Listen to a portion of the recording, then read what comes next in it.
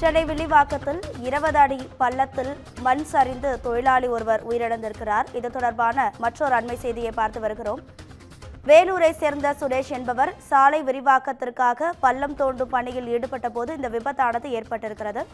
மண் சரிந்து பள்ளத்தில் இருந்த சுரேஷ் மீது விழுந்ததில் மூச்சு திணறல் ஏற்பட்டு சம்பவ இடத்திலேயே அவர் உயிரிழந்திருக்கிறார். காவல்துறையினர் சுரேஷின் உடலை மீட்டு பிரேத பரிசோதனைக்காக கீழ்ப்பாக்கம் அரசு மருத்துவமனைக்கு அனுப்பி வைத்துள்ளனர்.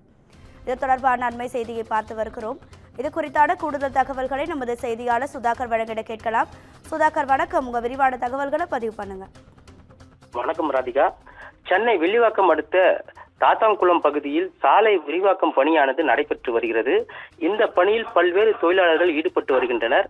இந்த நிலையில் வேலூரை சேர்ந்த சுரேஷ் என்பவர் சாலை விரிவாக்கத்திற்காக பள்ளம் தோண்டும் பணியில் ஈடுபட்டிருந்தார். அப்போது 20 அடி ஆழத்திற்கு மேல் தோண்டப்பட்ட பள்ளத்தில் சுரேஷ் என்பவர் இறங்கி பள்ளம் தோண்டும் பணியில் ஈடுபட்டிருந்தார். அப்போது யாரும் எதிர்பாராத நேரத்தில் மண் சரிந்து பள்ளத்தில் விழுந்து சுரேஷின் மீது விழுந்து பள்ளம் மூடி இருக்கிறது.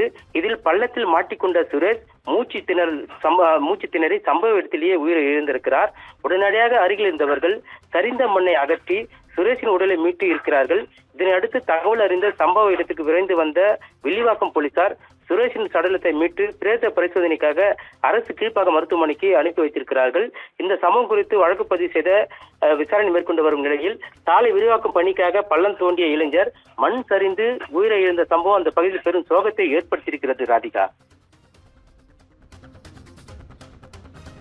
உங்கள் தகவல்களுக்கு நன்றி சுதாகர்.